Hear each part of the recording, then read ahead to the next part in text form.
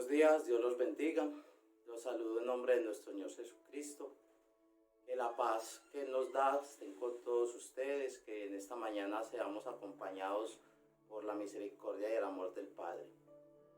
Desde hace algún tiempo he querido visitar la iglesia Ibami, a los hermanos de la iglesia, y apropiándome un poco de las palabras del apóstol Pablo con el fin de llevarles algún fruto. Pero no ha sido posible debido a esta nueva normalidad. Sin embargo, en su misericordia el Señor hoy nos permite y nos da el privilegio de llevar este mensaje. Y por eso estoy muy agradecido, deseando que toda la iglesia se encuentre bendecida espiritualmente. Y para iniciar, como es debido, los invito a que oremos. Padre Santo, Rey Celestial, Señor, en esta mañana nos presentamos ante ti, Señor, agradecidos, Señor. Agradecidos primero que todo porque nos permites, Señor, seguir alimentándonos de la palabra, Señor. En esta mañana te queremos pedir, Señor, que seas tú examinando nuestros corazones, mirando si hay algo de reproche en esta mañana contra nosotros, Señor, que seguramente así es, Señor. Y que tengas misericordia de nosotros, Señor, y perdones esas faltas, Señor, para que podamos, Señor, recibir la palabra como es debido, Señor. Para que nuestro espíritu esté dispuesto, Señor, y podamos entender, Señor, el mensaje que hoy nos trae, Señor, y el propósito por el cual hemos venido en esta mañana acá. Desde antes de que entráramos, Señor, está, Señor, tu propósito escrito, Señor, y sabemos que tú harás tu voluntad sobre nosotros y que tu Santo Espíritu nos guiará en el estudio de la palabra en esta mañana. Te damos las gracias, Señor. Y nos quedamos, Señor, en tu presencia, en el nombre poderoso de Jesús. Amén y amén. Bueno, mis hermanos, quiero que de una vez ubicarlos. Vamos a trabajar en el libro de Romanos 8. Les invito a que sigan la lectura, vayan a sus Biblias a Romanos 8. Esta carta del apóstol Pablo a los romanos en su capítulo 8 es quizás la más rica teológicamente de la palabra. En esta carta hay una riqueza teológica tal que nosotros podemos allí entender varias cosas. La primera es quiénes somos. La segunda, dónde estamos y cómo debemos caminar. Y sobre esta carta vamos a trabajar nuestro tema de hoy, en el capítulo 8. Para empezar, más o menos antes de empezar en esta mañana, en el mundo hay unos 7.900 millones de habitantes. Y según el mundo, estas personas son divididas de varias formas, de muchas maneras, por clases sociales, por razas, por nacionalidades e incluso por su religión. Pero la verdad es que la población mundial solo la podemos dividir de dos maneras: entre creyentes y no creyentes. El apóstol Pablo en este capítulo 8 a los romanos nos ayuda a ver cómo lucen estos dos grupos. Los no creyentes, caracterizados en este texto como que están en la carne, pudieran ser descritos de esta forma: ellos están en la carne, versículo 8. Ellos tienen la mente puesta en la carne, versículos 5 y 7. Y ellos viven de acuerdo a la carne, versículos 4 y 5. Este es un grupo. El otro grupo es un grupo que está en el espíritu. Versículo 9. Tienen la mente puesta en el espíritu. Y ellos viven por el espíritu o conforme al espíritu, versículos 4 y 5. No hay un tercer grupo. También yo les quiero recordar esta mañana que todos nosotros pertenecíamos o estábamos en la carne antes de encontrarnos con Cristo, antes de reconocer nuestra condición de pecado, haber sido perdonados por la sangre derramada, por el sacrificio ofrecido por Cristo, y habiendo reconocido a Cristo nuestro Señor y Salvador. Y entonces, habiendo también recibido el Espíritu Santo de Dios, para que Él habitara en nosotros. Hasta ese momento nosotros todos estábamos en la carne. Pero a partir de ese momento se supone que las cosas viejas pasaron, somos hechos nuevos, que hemos nacido de nuevo y que hemos cambiado nuestra manera de pensar, nuestra forma de vivir. Que nuestro estilo de vida es un estilo que está de acuerdo al Espíritu de Dios. Y ese es el testimonio que nosotros damos como haber sido hijos adoptados por la familia de Dios. Iglesia, yo asumo que estoy hablando en este momento como lo estaba Pablo ante la iglesia de Roma para un grupo de creyentes. Pero sin embargo, hay una pregunta que esta mañana les quiero hacer, y esta pregunta se constituye en el título de esta prédica. ¿Cómo estás viviendo? Para que tú mismo puedas responderte esta pregunta, yo quiero invitarte a que leas conmigo a partir del versículo 6 y hasta el versículo 14 del capítulo 8 de la carta a los Romanos. Romanos 8, versículos 6 al 14. Dice la palabra: porque ocuparse de la carne es muerte, pero el ocuparse del espíritu es vida y paz.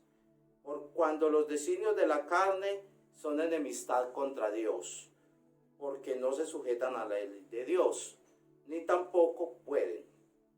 Y los que viven según la carne no pueden agradar a Dios. Mas vosotros no vivís según la carne, sino según el Espíritu. Si es que el Espíritu de Dios mora en vosotros. Y si alguno no tiene el Espíritu de Cristo, no es de él.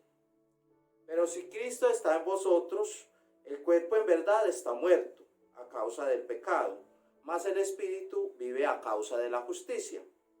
Y si el Espíritu de aquel que levantó de los muertos a Jesús mora en vosotros, el que levantó de los muertos a Cristo Jesús vivificará también vuestros cuerpos mortales por su Espíritu que mora en vosotros. Así que, hermanos, deudores somos, no a la carne, para que vivamos conforme a la carne. Porque si vivís conforme a la carne, moriréis. Mas si por el Espíritu hacéis morir las obras de la carne, viviréis. Porque todos los que son guiados por el Espíritu de Dios, estos son hijos de Dios. Esta es la exposición del apóstol Pablo acerca de la condición de aquellos que están en la carne y aquellos que están en el Espíritu. Ahora quiero tomar ambos grupos por separado y darles ciertas características para que empecemos a identificar cómo es vivir en la carne y cómo es vivir en el Espíritu. La característica número 1 de la mente puesta en la carne es que esa mente está en enemistad con Dios. Versículo 7, primera parte, dice: por cuanto los designios de la carne son enemistad contra Dios. La mente puesta en la carne es enemiga de Dios. En el versículo anterior dice que esa mente está muerta. Como está muerta, esa mente no entiende, no desea y no es estimulada por la verdad. No puede, porque el muerto no puede responder. Esa es la mente del no creyente. Para él, la revelación de Dios parece un tanto aburrida. De hecho, Pablo dice a los corintios que para esos que están todavía en el estado de incredulidad, la predicación de la palabra es necedad o locura. Esto nos dice el apóstol Pablo allí. Pero la muerte puesta en la carne, como es enemiga de Dios, siente un rechazo hacia lo que Dios ha revelado. Y claro, porque ella es enemiga de Dios. La palabra enemiga traducida allí del griego es la palabra ectra, del vocablo ectros. Esa palabra quiere decir hostil. Podemos poner en ese versículo que la mente en la carne es hostil a Dios. Permanece en una guerra contra Dios. Esa mente está permanentemente en contra de los designios de Dios, aun cuando no lo sepa, o aun cuando ella lo niegue, porque es hostil, es antagónica, es agresiva. Esta es pues la primera característica de la mente puesta en la carne. La segunda característica es que esta mente no se sujeta a la ley de Dios. No solamente es enemiga, sino que ni siquiera se somete a la ley de Dios. Es como si el fruto de la enemistad con Dios fuese la falta de sumisión. Y creo que para nosotros poder entender esa falta de sumisión, es muy útil que leamos una personificación que de la mente puesta en la carne hace el pastor y teólogo Ray Stillman. Quiero que por favor escuchen con mucha atención esta descripción para que entendamos cómo es una mente que no se sujeta a la ley de Dios. Dice así el pastor Stillman: la carne es abiertamente arrogante, autoritaria y jactanciosa, lujuriosa, cínica y orgullosa. Así la vemos descrita en Efesios 5. Pero cuando es llevada contra una esquina por el poder del Espíritu Santo, puede asumir un porte de rectitud y convertirse en piadosa, religiosa, escrupulosa de la moral, celosa por el trabajo en la iglesia e indignada por lo mal hecho, tornándose provocadoramente evangélica. La rectitud de la carne es siempre una rectitud falsa. Está centrada en el yo y por lo tanto no será más que autojusticia. La carne se puede memorizar la escritura, la carne puede impartir clases en la escuela dominical, la carne puede distribuir tratados, dar grandes sumas de dinero, ofrecer un testimonio conmovedor, dar una clase bíblica, cantar solos o predicar un sermón. Puede inclusive pedir excusas de cierta manera y arrepentirse hasta cierto grado, o sufrir con aires de mártir. Pero algo que la carne nunca podrá hacer es que hará todo lo posible por sobrevivir, pero no cederá terreno, nunca se entregará ni cambiará, nunca se rendirá, nunca.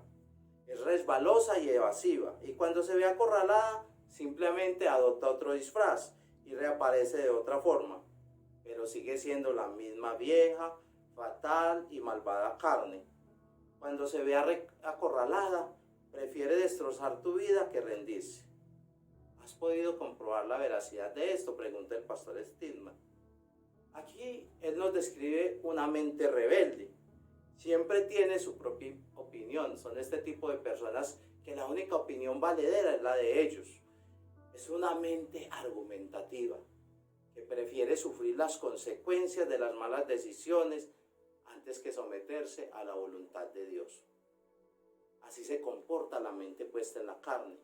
Romanos 8 dice que esa mente es muerta. Es la mente que escucha la verdad de Dios, pero entiende que las cosas en la Biblia no son exactamente así como dice y las reinterpreta. Es una mente rebelde. Si nosotros buscamos en un diccionario, la palabra rebelde se define como alguien difícil de educar, dirigir o controlar, porque no obedece a lo que se le manda. Entonces, la mente puesta en la carne es una mente que en primer lugar está en enemistad con Dios, que en segundo lugar no se somete a la ley de Dios. Y la tercera característica de esta carne es que tiene una capacidad para someterse a la ley de Dios. Es enemiga, no se somete y es incapaz de someterse. Si volvemos a leer Romanos, el versículo 7 nos dice: porque cuanto los designios de la carne son enemistad contra Dios, porque no se sujetan a la ley de Dios. Y termina la parte B diciendo: ni tampoco pueden. Entonces, allí dice que no pueden. No es que quizás, no, es que no pueden someterse a la voluntad de Dios. Cuando Adán pecó, sumergió a la raza humana de una manera tan profunda, que no solo la dejó en condición de rebelión, sino que la dejó incapacitada, la dejó inhabilitada para someterse a la voluntad de Dios. Pues la mente puesta en la carne ni siquiera puede someterse a esa revelación, aun si quisiera, cuando no quiere. Esa mente no puede. Entonces, allí en este solo versículo tenemos tres características de la mente puesta en la carne. El versículo 7 dice, es enemiga de Dios, no se somete y ni siquiera puede hacerlo. La característica número 4 de la mente puesta en la carne la encontramos en el versículo 8. Dice así la palabra: y los que viven según la carne no pueden agradar a Dios.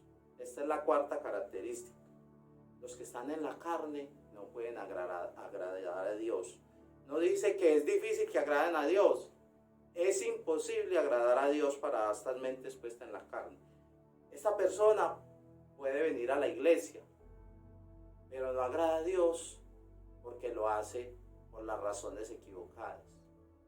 Incluso puede leer la palabra, pero no agrada a Dios porque solo está buscando en la palabra cómo justificar su estilo de vida. Puede orar, pero no agrada a Dios porque, como dice Santiago, ora por las razones equivocadas o de la manera equivocada. Esta persona puede hacer muchas cosas, tener un ministerio, pero puedes ver ciertamente que esta persona no puede agradar a Dios. ¿Y por qué no puede? De hecho, el autor de Hebreos nos lo explica de una manera muy ilustrativa. En Hebreos 11:6 dice que sin fe es imposible agradar a Dios. Y bueno, resulta que la mente de alguien que está en la carne es la mente de un no creyente. Y obviamente un creyente no tiene fe.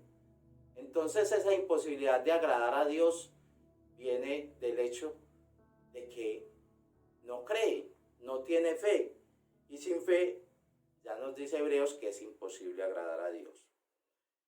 El requisito número 1 para agradar a Dios es haber creído en Él. Y cuando nosotros hemos creído, debemos vivir de una manera que glorifiquemos a Dios en todo momento, cuando trabajamos, cuando estudiamos, cuando descansamos, cuando leemos, cuando vemos televisión, cuando estamos en la intimidad de nuestra alcoba, en todo momento. Pero una mente que no cree no puede vivir agradando a Dios. A partir de ahí, del versículo 9, el apóstol Pablo da un giro y nos muestra las características de cómo es una mente que vive en el Espíritu.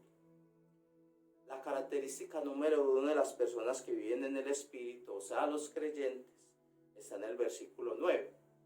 Vamos a leer el versículo 9 nuevamente. Dice así: más vosotros. Allí, ese vosotros se refiere a los romanos. Pablo cree y está convencido de que está entre un gran grupo de creyentes en la iglesia de Roma. Entonces dice que más vosotros, vosotros que has tenido un nuevo nacimiento, que no están en la carne, que están en el Espíritu, están en un nuevo estadio, no están en la carne. Luego, ¿dónde pueden estar? Solamente en el Espíritu, porque ya dijimos que solo hay dos posibilidades: estar en la carne o en el Espíritu.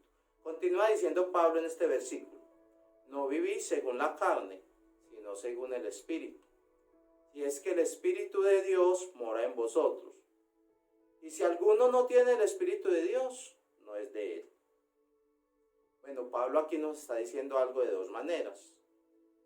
Dice que si no estamos en la carne, estamos en el Espíritu. Pero luego dice que si el Espíritu no mora en mí, entonces yo no soy de Cristo. De manera que en este versículo Pablo me deja ver las características distintivas del creyente. La característica distintiva del creyente no es que él ahora viene a la iglesia, no es que él ahora tiene un pastor, no es que él ahora tiene un grupo pequeño. La característica número 1 del creyente es que el Espíritu de Dios mora en él. Ahora, obviamente tú no puedes ver la morada del Espíritu. Tú no puedes encontrarte con un hermano y decirle: ay, qué bien, cómo se te ve de bien el Espíritu hoy. Estás radiante, ese Espíritu de Dios se te ve. Pero tú sí puedes ver el fruto del Espíritu. Para ilustrar esto, nosotros los que no conocemos mucho de árboles, podemos ver un árbol que no sea familiar para nosotros, quizás un árbol de manzana, de peras, pero si no tiene frutos, difícilmente lo podemos identificar. Pero una vez nosotros vemos el aguacate en el árbol, podemos decir, ese es un árbol de aguacate, ahora sí. Entonces, el fruto identifica al árbol. De esa misma manera, el apóstol Pablo nos ayuda a conocer el cristiano por el fruto. En Gálatas 5, 22 al 23 dice la palabra: mas el fruto del Espíritu es amor, gozo, paz, paciencia, benignidad, bondad, fe, mansedumbre y templanza, que es lo mismo que dominio propio. Y dice que contra tales no hay ley. La palabra fruto ahí en el original traducida se describe como significa procedencia de. Entonces el fruto procede del Espíritu Santo. Estas características proceden del Espíritu Santo. Y nosotros podemos notar que allí no dice, la persona que viene del Espíritu tiene un ministerio, tiene un grupo pequeño, hace buenas obras, se congrega. Aunque esto debería ser o debe ser es mandatorio para todo cristiano. El fruto del Espíritu tiene que ver con cualidades de carácter, el carácter que Dios está formando en mí y que otros sí pueden ver. En otras palabras, el fruto del Espíritu es el indicador externo de la salvación. Ahora, la manera como el Espíritu Santo obra en nosotros es de adentro hacia afuera. Esa transformación ocurre de adentro hacia afuera. Mucha gente quisiera que las cosas que hacen, que el ministerio que llevan, que las obras que hacen los transformaran. Pero no, la transformación es de adentro hacia afuera. Y las cosas que hacemos son solo el resultado de esta transformación. Entonces, ¿cómo es que trabaja el Espíritu?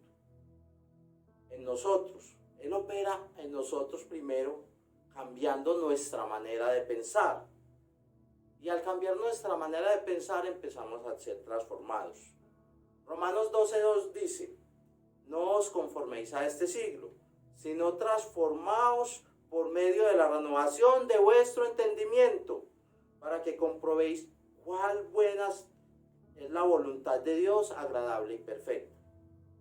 Entonces, cuando yo cambio mi manera de pensar, cuando el Espíritu de Dios comienza a cambiar mi forma de pensar, yo comienzo a cambiar mi forma de hablar, yo comienzo a cambiar mi forma de actuar, mi forma de caminar, mi forma de valorar a las personas, la forma en que me quejo o no me quejo ante las circunstancias. Yo comienzo a cambiar la forma de respetar al otro. Incluso empiezo a cambiar la forma de perdonar.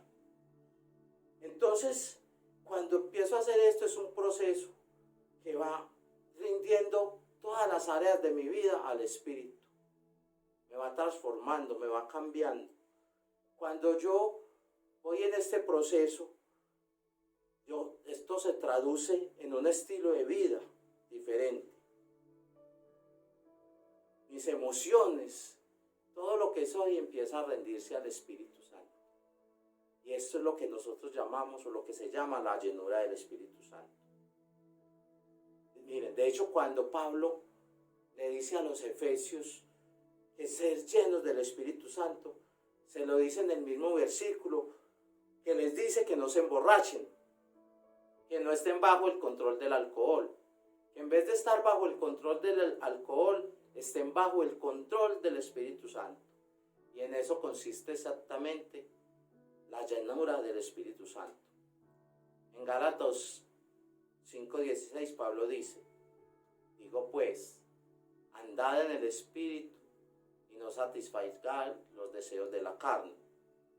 Esa palabra está en un tiempo imperativo y presente. Saber esto, ¿qué nos indica? a ver esta parte gramatical. Un imperativo es que no es una opción, es mandatorio, no es una sugerencia, es que lo debemos hacer. Y es una cosa que nosotros como cristianos deberíamos considerar como para poner en práctica, andar siempre en el Espíritu. Y el hecho de que sea en presente es que este es un presente continuo. Todos los días de nuestra vida debemos andar en el Espíritu. No es que yo por la mañana, el día de hoy, me preparo para andar hoy en el Espíritu. No, es siempre, todos los días, andando en el Espíritu. La característica número 2 de una mente puesta en el Espíritu está en el versículo 10. Dice así el versículo 10. Pero si Cristo está en vosotros, el cuerpo en verdad está muerto a causa del pecado. Mas el Espíritu vive a causa de la justicia. ¿Qué es lo que Pablo nos está diciendo allí y nos está ayudando a entender? Aunque mi alma fue regenerada cuando el Espíritu Santo entró en mí, mi cuerpo todavía tiene deseos caídos, deseos pecaminosos. Y en ese sentido, mi espíritu ha sido avivado y estoy listo para entrar a la presencia de Dios. Pero el cuerpo, esa carne aún no ha sido regenerada, no ha sido avivada, permanece muerta. Dice, porque él pertenece o permanece con deseo por las obras de la carne, por las obras caídas. Por eso es que Pablo en Romanos 7, 22, 24 escribe lo siguiente. Porque según el hombre interior me deleito en la ley de Dios, pero veo otra ley en mis miembros, que se rebela contra la ley de mi mente, que me lleva cautivo a la ley del pecado, que está en mis miembros, en mi carne. Miserable de mí, expresa Pablo, ¿quién me librará de este cuerpo de muerte?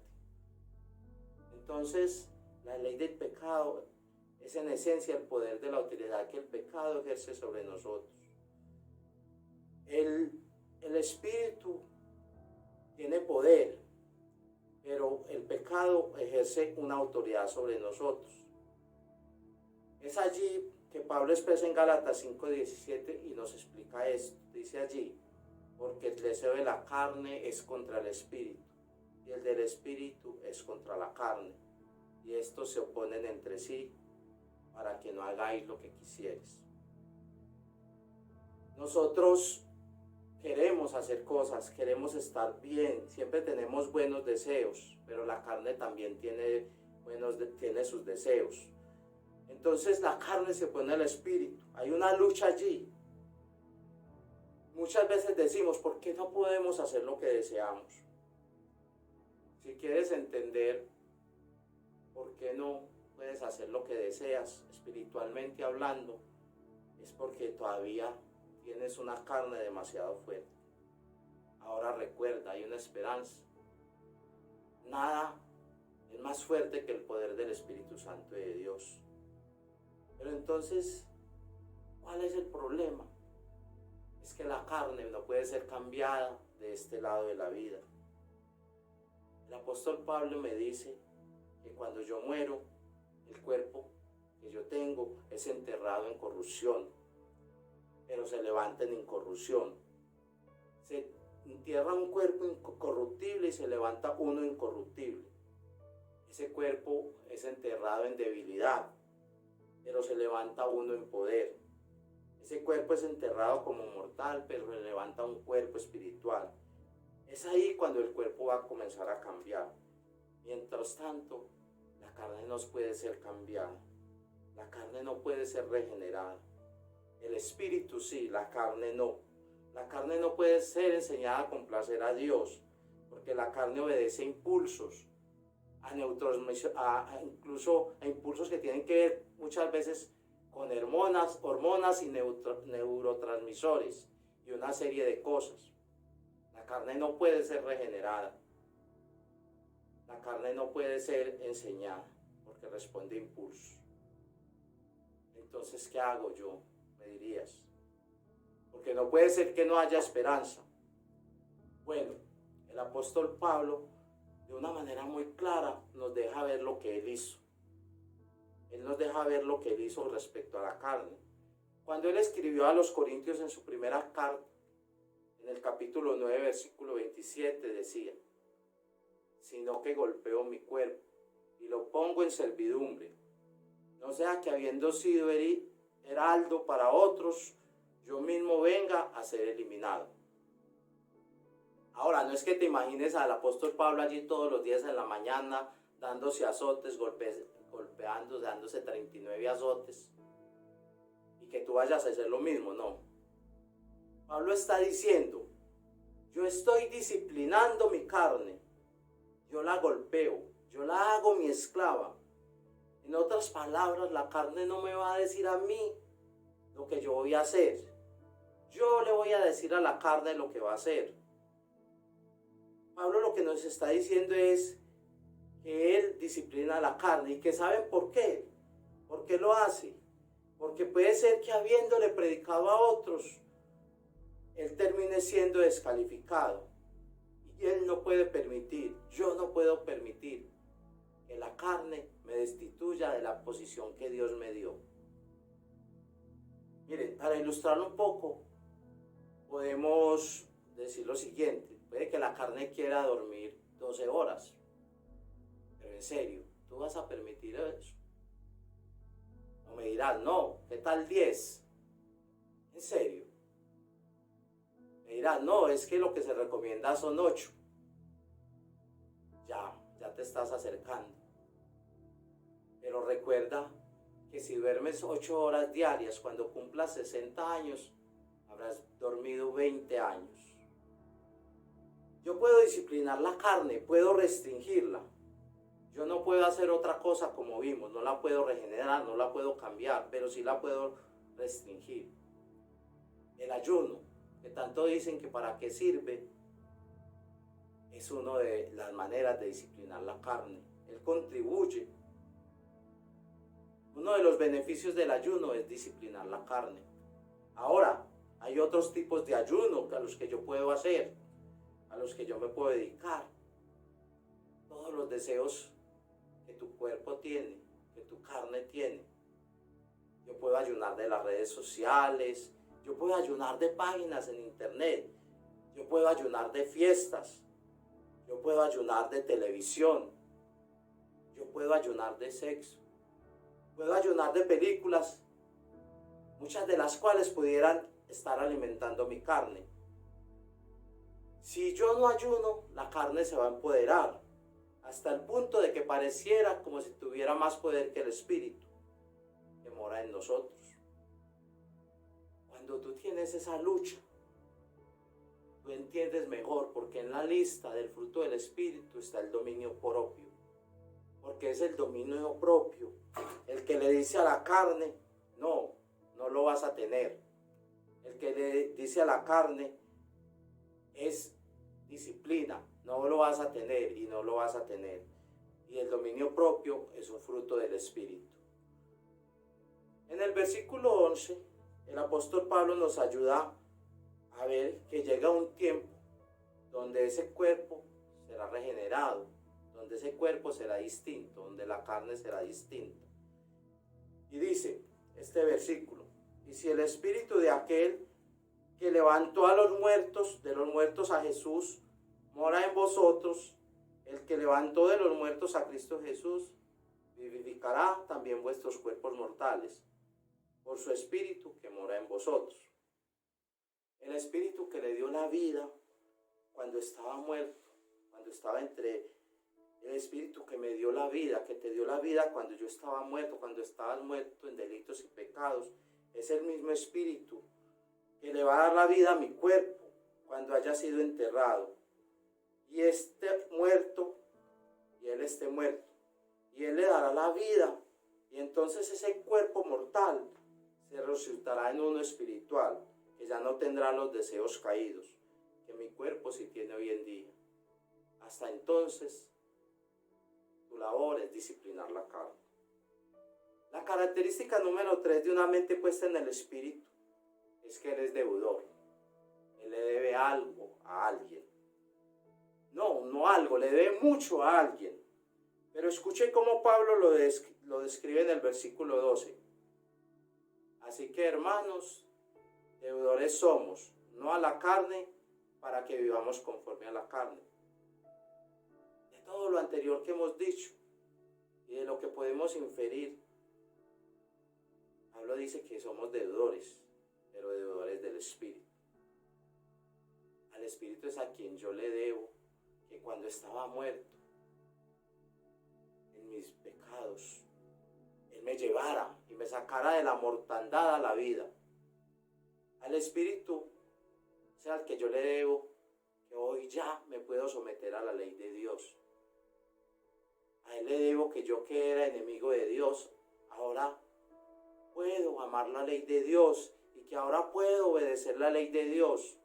Yo debo al Espíritu que yo ahora puedo agradar a Dios. El Espíritu fue el que creó en mi fe para creer en ese mismo Espíritu. De hecho, yo le debo al Espíritu lo que soy hoy. Le debo al Espíritu el hecho de que puedo lucir más como Cristo y no como el Ferley que era hace unos años. Pablo dice que nosotros somos deudores, pero no a la carne, para que nosotros vivamos en la carne. En otras palabras, ¿cómo vas a decidir deleitar la carne cuando la carne no ha hecho nada por ti, a no ser que sea algo moralmente malo? Tú no le debes nada a la carne, no, tú eres deudor del Espíritu. Entonces, la carne no puede hacer nada bueno por ti. ¿Qué le debes a la carne? Le debes al Espíritu. En Romanos 7, 18 al 19, Pablo dice: y yo sé que en mí, esto es, en mi carne, no mora el bien, porque el querer el bien está en mí, pero no el hacerlo. Porque no hago el bien que quiero, sino hago el mal que no quiero, eso hago. Yo en mí mismo no tengo el poder de hacer el bien. La habilidad de hacer el bien no está en mí. Podríamos decir que es independiente. Entonces, ¿dónde está la habilidad de hacer el bien? La habilidad de hacer el bien está en el Espíritu Santo que mora en mí, pero no en mí. Por eso es que Pablo dice: la vida que vivo yo, no la vivo yo, sino Cristo en mí. Si te vas a declarar deudor, hazlo del Espíritu de Cristo que mora en ti. La cuarta característica de una mente puesta en el Espíritu es que el creyente se convierte en un campo de batalla. Él ya no está en guerra contra Dios, pero en su interior se libra una guerra con muertes y todo. El versículo 13 es interesante porque nos describe dos muertes. Escuchen: porque si vivís conforme a la carne, moriréis, mas si por el Espíritu hacéis morir las obras de la carne, viviréis. La primera parte es clara: si vives conforme a la carne, no eres creyente y estás muerto. Ahora, Pablo me dice por otro lado, otro tipo de muerte en el mismo versículo. Me dice: pero si viven por el Espíritu, hace morir las obras de la carne. Si viven por el Espíritu termina sofocando las obras de la carne. No podemos transformar la carne, ya lo dijimos, pero podemos sofocar las obras. Podemos hacer que esas obras de la carne mueran. Nosotros decíamos ahora que podíamos ayunar, y esto va a ayudar a la carne a sofocar, va a ayudarnos a sofocar esas obras de la carne. De manera que si nosotros podemos hacer uso del Espíritu para interpretar las Escrituras, para hallar tal grado de entendimiento de las Escrituras, de manera que puedan transformarme todavía más desde el interior, yo puedo hacer el uso de lo que Dios pone en mí, empoderarme de el Espíritu Santo que mora en mí, y Dios va a crear en mí tanto el querer como el hacer. Aquellas cosas que yo quiero hacer, las voy a poder hacer, porque voy a estar cada vez más y más empoderándome del poder que el Espíritu Santo me da. Ilustremos esto con un ejemplo: el ejercicio.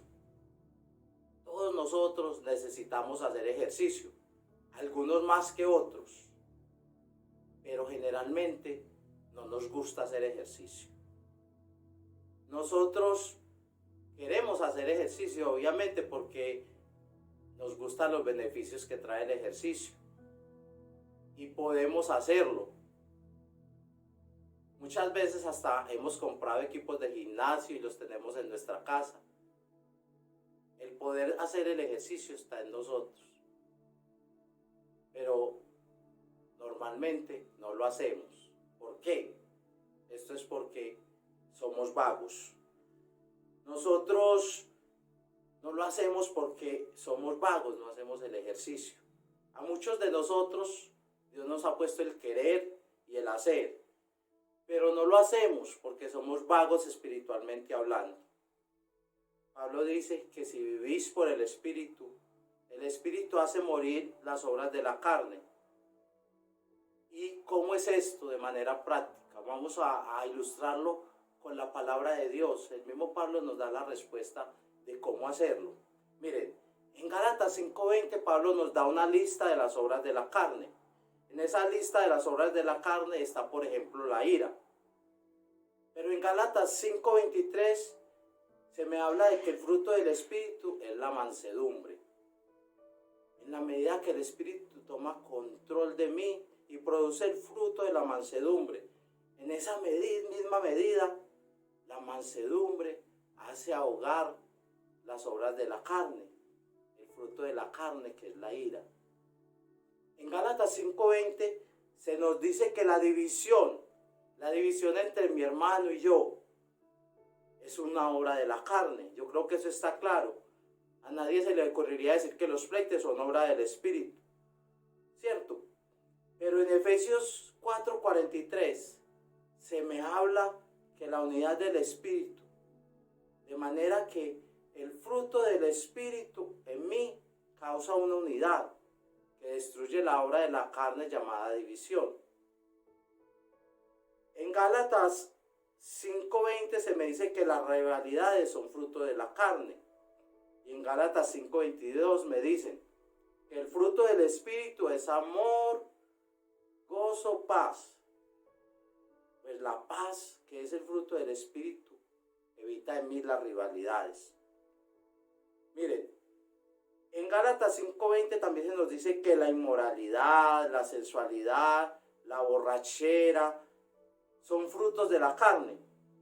Pero luego en 5:22 se me dice que el fruto del Espíritu es dominio propio. Y es el dominio propio que le pone freno a la inmoralidad, a la sensualidad y a las borracheras.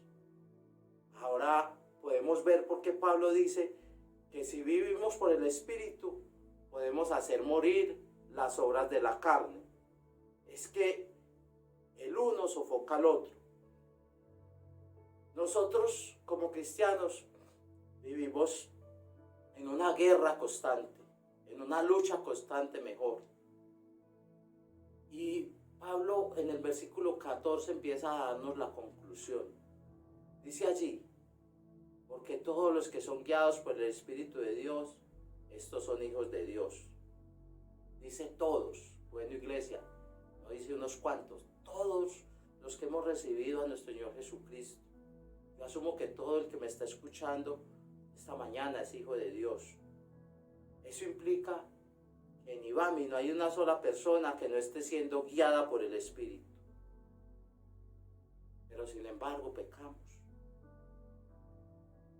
Muchos me podrían decir, cuando yo hice esto la semana pasada, el viernes en la noche, yo no estaba siendo guiado por el Espíritu de Dios. Pero eso es falso. Miren que dice Pablo en el versículo 14, porque todos los que son guiados por el Espíritu de Dios, estos son hijos de Dios. Si tú eres un hijo de Dios, siempre estás guiado por el Espíritu de Dios. Pero ¿qué es lo que pasa? Tú dices que no estabas siendo guiado por el Espíritu, pero sí estabas siendo guiado por el Espíritu. Porque el Espíritu Santo de Dios no entra y sale de ti. Él vive en ti. No es algo que se duerme cuando estás cansado y te te deja de guiar. ¿Qué es lo que ha pasado cuando estás pecando? Has estado ignorando al Espíritu. El Espíritu Santo te dice, eso no va con mi santidad, y tú lo ignoras. El Espíritu Santo te dice, no, vas a tener estas consecuencias. Si pecas, va a haber consecuencias por el pecado, y tú lo ignoras. Es algo así como cuando vamos manejando y nuestra esposa está al lado y ella nos dice, no, mijo, eso como que no es por acá, yo creo que nos perdimos. Tú le respondes esta joya, claro que sí es por acá. ¿Quién va manejando, tú o yo? El Espíritu intenta guiarnos y así como a nuestra esposa no le hacemos caso. Escuche muy bien, todos los hijos de Dios son guiados por el Espíritu, porque Dios quiere limpiar esa imagen que dañó el pecado, esa imagen del hombre caído que está desdibujando la imagen de Dios, porque nosotros fuimos hechos a su imagen y semejanza, y Dios no quiere que su imagen sea manchada. Entonces no podemos decir que si somos hijos de Dios no estamos siendo guiados por el Espíritu en un momento u otro, y esa imagen que Dios está limpiando será aún mejorada.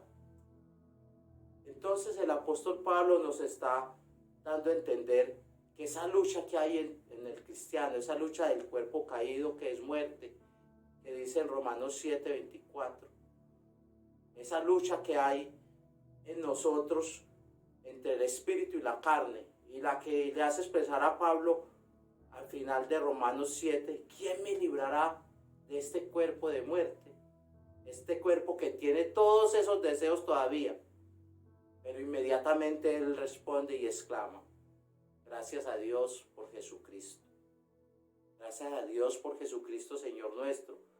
Gracias por su sacrificio sustitutivo. Gracias por su sangre que me lavó del pecado. Gracias por la gracia que me invita a venir a Él. Gracias por su sangre que borró toda maldad en mí. Y gracias porque por eso nos permite vivir una nueva vida.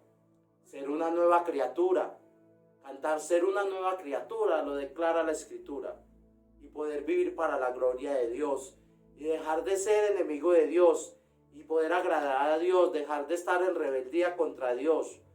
Porque todo lo que el Espíritu Santo pone en nosotros procede de Dios. Y Dios nos estaba allí reconciliando cuando envió a Cristo a morir por nosotros. Y gracias a Dios porque todo procede de Dios, reconciliándonos consigo mismo. Nosotros podemos decir gracias a Dios por la palabra y por ese mismo sacrificio con el que tú y yo fuimos reconciliados. Gracias a nuestro Dios por su enorme gracia, porque sin Él ni tú ni yo tuviéramos esperanza. Pero Él nos dio su Santo Espíritu de poder infinito para recordar que las obras de la carne no son más poderosas que Él. Y nos dio su palabra. Y Él espera que con ese poder que Él me ha dado y la sabiduría de su palabra, yo pueda hacer morir las obras de la carne, para que yo pueda ser un deudor del Espíritu y no de la carne como en efecto lo soy. Para que yo pueda vivir en consonancia con esa deuda y que yo tengo gracias a la gracia del Espíritu que Él me dio. Y yo pueda replicar esto y pueda llevar esta misma verdad a otros. Gracias, Padre Santo, por esto. Entonces, hemos visto hoy 4 características de las obras de las personas que viven en la carne y 4 características del Espíritu. Yo te invito a que te quedes con esas características del cristiano que ha nacido de nuevo y en el que mora el Espíritu Santo de Dios, y puedas dar gracias a Dios por ese milagro, por su gracia. Te invito ahora a que oremos para agradecer al Señor por ese regalo de la salvación. Padre, gracias porque tú, sabiendo la enormidad de la lucha que yo llevo, de la lucha que llevamos como cristianos, tú nos has ayudado a redimirnos, Señor. Tú nos has dado la redención, Señor. Tú nos has justificado. Y Satanás ya no puede contra nosotros. Nos diste poder para vencer en esa lucha, Señor, para vencer las obras de la carne, Señor. Nos diste poder, Señor, para resistir, Señor, a toda tentación. Gracias por capacitarnos de tal manera, Señor. Gracias por entrenarnos y cambiarnos desde adentro hacia afuera, para que seamos personas nuevas, transformadas, Señor, por tu poder, por el poder del Espíritu Santo que mora en nosotros. Gracias porque tú sabías la lucha que íbamos a tener, Señor. Y nos diste todas las armas, todas las herramientas, Señor, para vencer, Señor, la muerte del pecado, Señor. Gracias por justificarnos por Cristo, Señor. Gracias por tu gracia que es más grande que toda maldad, Señor, que todo poder que pueda tener el pecado. Gracias, Señor, porque en mi debilidad, Señor, tú me rescataste, me sacaste del lodo y me llevaste a ti, Señor. Me acercaste a tu presencia por medio de nuestro Señor Jesucristo. Gracias, Señor, por tu gracia. Te rogamos que te quedes con nosotros, habitando en nuestros cuerpos caídos, Señor, dándonos la fuerza del Espíritu, la fortaleza y el poder para luchar contra las obras de la carne. Te rogamos, Señor, que sigas cuidando, Señor, toda esta familia, toda esta iglesia y va, mi Señor, a todos estos creyentes, Señor, que ahora viven en el Espíritu, Señor, y que ya no hay condenación para ellos. Te damos las gracias en el nombre poderoso de Jesús. Amén y amén.